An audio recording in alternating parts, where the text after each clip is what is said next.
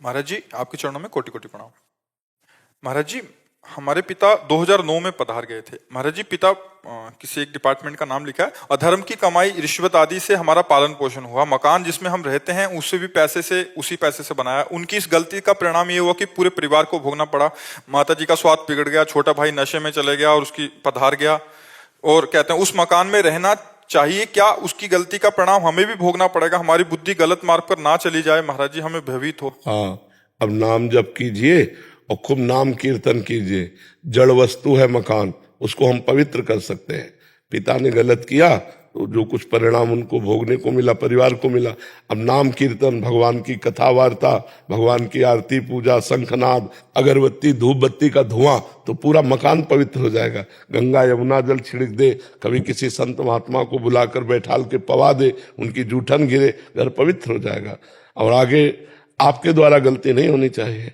महाराज जी, आपके सत्संग और आपके मार्गदर्शन के द्वारा यही समझ में आया है कि अब जो हो गया उसको तो बदला नहीं जा सकता। हाँ। लेकिन हम अब अपने भोग के लिए ना उस पैसे को इस्तेमाल करें, ज्यादा से ज्यादा सेवा में उस पैसे को दें, ज्यादा से ज्यादा दूसरों की मदद, चाहे वो पशु, जैसा आप बोलते हैं कि पशुओं की सेवा करिए, आप बीमारों को बहुत सी ऐसी गौएं हैं, बछड़े हैं, सांड हैं जो भूखे प्यासे टहल रहे हैं, या बहुत सी ऐसी गौशालाएं हैं जिनको सुविधा नहीं पहुंच पाती है।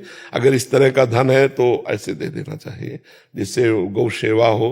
वो जो हमने दूसरे का शोषण किया तो किसी का पोषण करेगा, तुम्हारे पिता को भी आनंद मिलेगा। जी हाँ, एक उनके प्रति भी लगता है कि उनका मंगल हो, वो जहाँ पे भी गए हैं। पर हमको ये बहुत अच्छा लगा कि आप जो सावधान हैं और आप अपनी बात बता दिए।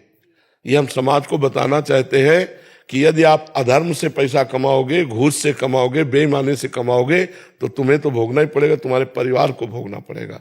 हाँ बिल्कुल, इसलिए भले 100 रुपया कमाओ, मूंग की दाल और रोटी खाओ, साइकिल से चलो, लेकिन तुम्हारा परिवार बहुत बढ़िया रहेगा, तुम्हारा जीवन तो अच्छा रहेगा, तुम्हारा परिवार भी बहुत सुसज्जित हो जाएगा। और अधर्म से कमाओगे तो देखो, बुरे कर्मों के द्वारा कमाया हुआ धन कभी सुख नहीं दे सकता, वो जलाएगा, पूरे जीवन जलाएगा तुम्हें। ये बाहरी जो बेईमानी का पैसा है, निर्दोष को आप दंड दे दिए और दोषी को बख्श दिए तो पैसा आके आपके आग नहीं लगाएगा।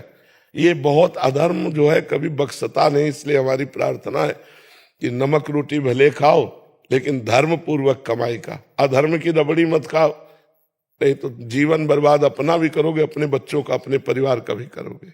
महाराज जी, हम तो बस आपने निहाल कर दिया, मतलब आपने जो नाम दिया है, आपने जो धाम दिया है, आपकी नाम जप करो और जो अर्थ आपकी सेवा से ज्यादा है वो गौ सेवा में दे दो, अन्य सेवाओं में दे दो, और धर्म पूर्वक चलो। धर्म से जीने में शांति है, सुख है, आनंद है। अधर्म में अशांति है, दुख है, क्लेश है।